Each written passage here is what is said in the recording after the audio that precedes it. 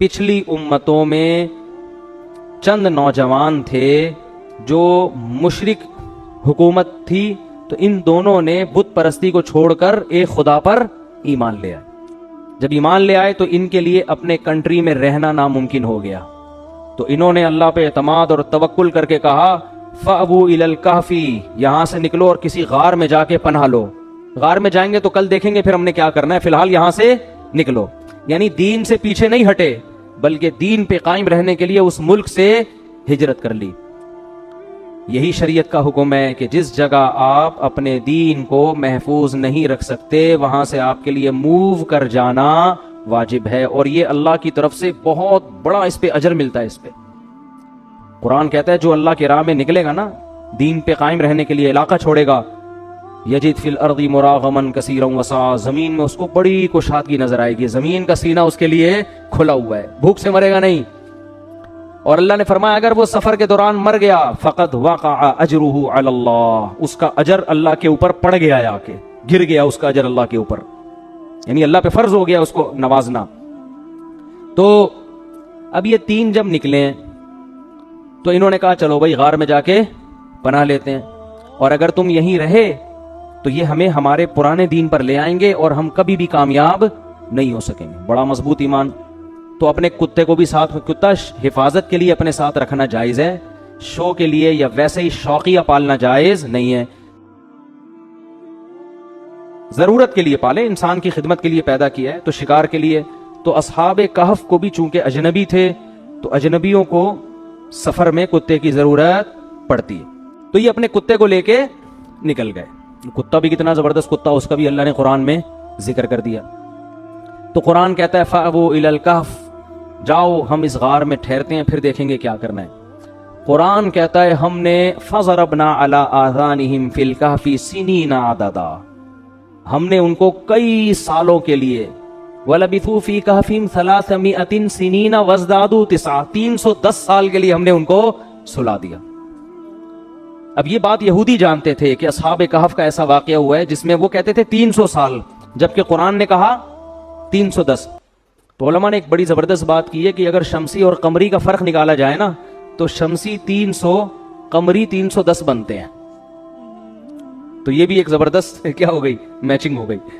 तो 310 साल के लिए अल्लाह ने उन्हें उस गार में सुला दिया।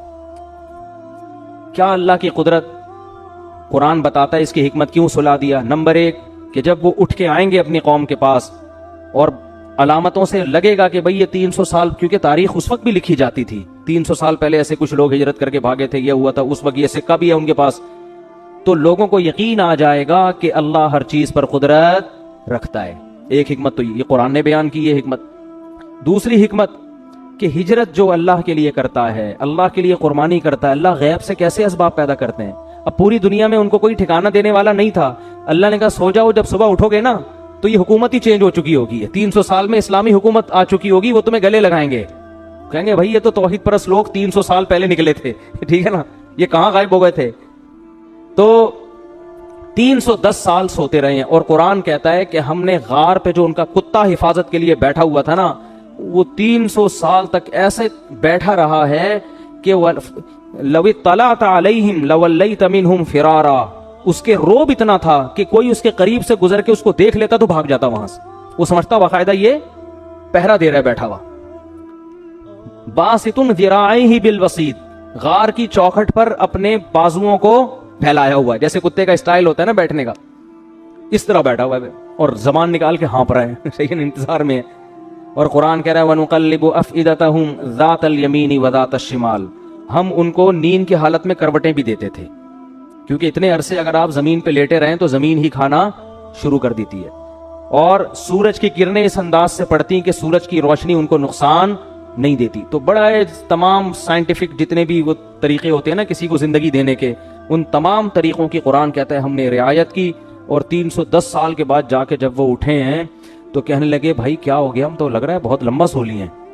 क़ाल कम लबिस्थुम, कहने लगे कुछ पता है कितनी देर सोए हैं, अब कंफ्यूज हो रहे हैं ना आपस में। तो कहने लगे क़ालू लबिथना यौमन औ बअद यौम, शायद एक दिन या उससे कुछ कम सोए हैं, क्योंकि वो सूरज को देख के अंदाजा लगा रहे थे ना कि हम जब घुसे तो ये टाइम हो रहा था, निकले हैं तो ये टाइम हो रहा है, तो 24 घंटे या उससे कुछ कम हुए। پھر پریشان ہو گئے کہ یار کچھ ایسا لگتا نہیں ہے تو پھر کہنے لگے ربکم اعلم بما لبستم، اللہ ہی کو پتا ہے بھائی کتنے سوئے ہیں، اس بحث میں کچھ نہیں رکھا ہوا، پیٹ کمر سے چپکا ہوا ہے. فبعثوا احدکم بورقکم ہذہ، یہ سکہ رائج الوقت لے کے جاؤ اور شہر میں چھپ کے جا کے چپکے سے ایھا ازکا طعاما، جو حلال کھانا ہے نا وہ لے کر آؤ. اس سے پتا چلتا ہے بھائی غیر مسلم ریاست میں اس کی فکر کرنا لازم ہے کہ جو آپ کھا رہے ہو وہ حلال ہے یا حرام. اسلامی کنٹری میں ضروری نہیں ہے آپ جائیں گوشت کھا لیں حلال ہی ہوگا، لیکن اگر آپ یورپ میں رہتے ہیں، امریکہ میں رہتے ہیں، تو ایسا نہیں کہ ہوٹل میں جا کے جو مرضی کھا لو، تفتیش کرنی پڑے گی، پوری تحقیق. صرف حلال کا ٹھپا کافی نہیں ہے، ہر چیز پہ حلال کے ٹھپے لگے ہوئے ہیں آج کل. وہاں لوگ کہتے ہیں حلال لکھا، وہ یعنی شراب کی بوتلوں پہ بھی ان کا بس چلے تو حلال کے ٹھپے لگاتے ہیں وہ. تو اتنا کافی نہیں ہے، باقاعدہ کسی ادارے سے، صحیح ریلائبل ادارے سے تحقیق ہونی چاہیے کہ ہاتھ سے اللہ اکبر پڑھ کے ذبح کر بھی رہے کہ نہیں کر رہے، ورنہ وہ حلال نہیں ہوگا. غیر مسلم ملک میں گوشت کھانا اس وقت تک حلال نہیں ہے جب تک آپ کو 100% یقین نہ ہو جائے کہ یہ واقعی حلال طریقے سے ذبح ہوا ہے. تو خیر، تو انہوں نے کہا فَلْيَنْظُرْ أَيُّهَا أَزْكَىٰ طَعَامًا، چپکے سے جاؤ، وَلْيَتَلَطَّفْ، کسی کو پتا نہ چلے، بھیس بدل کے جاؤ اور فی الحال کچھ کھانے پینے کا انتظام کرو اور حلال کھانا ہونا چاہیے. تو اب جب وہ سکہ رائج الوقت لے کے آیا ہے نا، تو بندوں نے جب وہ دیکھا انہوں نے کہا یہ تو 310 سال پرانے سکے چل رہے ہیں بھائی، یہ کہاں سے آئے، یہ تو کسی کے پاس آج کل مارکیٹ میں ہے ہی نہیں. خیر جی، وہ قرآن تو مختصر واقعہ بیان کرتا ہے. بالآخر تفتیش ہوتے ہوتے انہوں نے تاریخ کی کتابیں دیکھی ہوں گی، اپنے ابا دادا سے پوچھا ہوگا بھائی ونس اپون اے ٹائم کچھ لوگ یہاں سے گئے تھے، وہ حکومت تھی، انہوں نے وہ پکڑ پکڑ کے سب کو اٹھا کے لے آئے. تو وہ یہ واقعہ بنی اسرائیل میں بہت زیادہ مشہور ہو گیا کہ اللہ نے چند نوجوانوں کو جنہوں نے اللہ کے لیے قربانی دی، ان کو اللہ نے 310 سال تک غار کے اندر بند رکھا ہے، اس کے بعد اللہ نے نکالا.